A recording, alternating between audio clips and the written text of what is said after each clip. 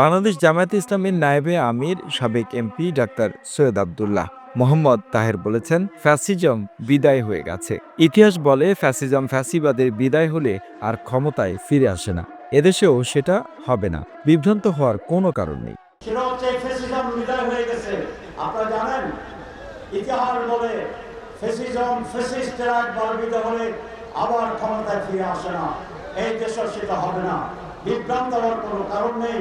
মাঝে মধ্যে যে দলটির কথা বলছি, তাদের এখন সভাপতিকে জানেন, তাদের সেক্রেটারিকে জানেন, আমরা সেটা জানি। নির্বাচন প্রসঙ্গে তিনি বলেন, ২০২৫ সালের মধ্যে একটি সুস্থ নিরপেক্ষ নির্বাচন হতে হবে। ৩ থেকে ৬ মাসের মধ্যে প্রয়োজনীয় সংস্কার শেষে নির্বাচন হবে, সেটাই জাতির প্রত্যাশা এবং জামায়াতের দাবি। নির্বাচন আমরা বলছি সুষ্ঠু, নিরপেক্ষ, পার্টিসিপেটরি নির্বাচন হতে হবে এবং সেটি ২০২৫ সালের ভিতরে হতে হবে। প্রধান উপদেষ্টা বলেছেন সম্ভব, যদি তারা আংশিক সংস্কার করে। আমরা মনে করি ৩ থেকে ৬ মাসের ভিতরে প্রয়োজনীয় সংস্কার সাধন করা সম্ভব এবং তারপরে এই বছরের শেষের দিকে নির্বাচন অনুষ্ঠান করবে।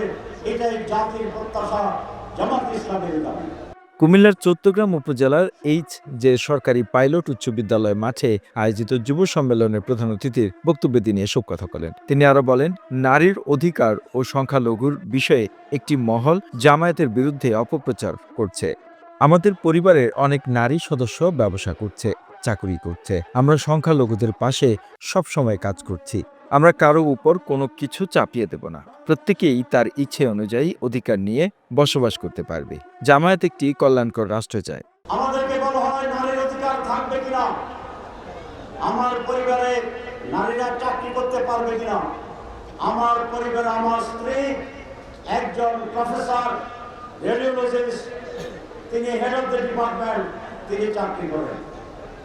আমার মেয়ে একজন ডাক্তার প্রফেসর, তিনি চাকরি করেন। আমার দ্বিতীয় মেয়ে এক ইউনিভার্সিটির টিচার, তিনি চাকরি করেন। আমার ছোট মেয়ে একটা আর্কিটেক্ট, তিনি চাকরি করেন। তাহলে আমরা ক্ষমতা আসলে যদি চাকরি করে না যায়, তাহলে আমার পরিবারই তো চাকরি দিতে পারছে না। এটি আমাদের বিরুদ্ধে অপপ্রচার। বৃষ্টি হচ্ছে আমি জানি, আমরা শেষ করছি। সম্মেলনে বিশেষ অতিথি ছিলেন বাংলাদেশ জামায়াতে ইসলামীর সহকারী সেক্রেটারি মাওলানা রফিকুল ইসলাম খান, মাওলানা আবুল হাসনাত মোহাম্মদ আব্দুল হালিম, ছাত্র শিবিরের কেন্দ্রীয় সেক্রেটারি মোহাম্মদ জাহিদুল ইসলাম, কুমিল্লা দক্ষিণ জেলা জামায়াতে আমির অ্যাডভোকেট মোহাম্মদ শাহজাহান।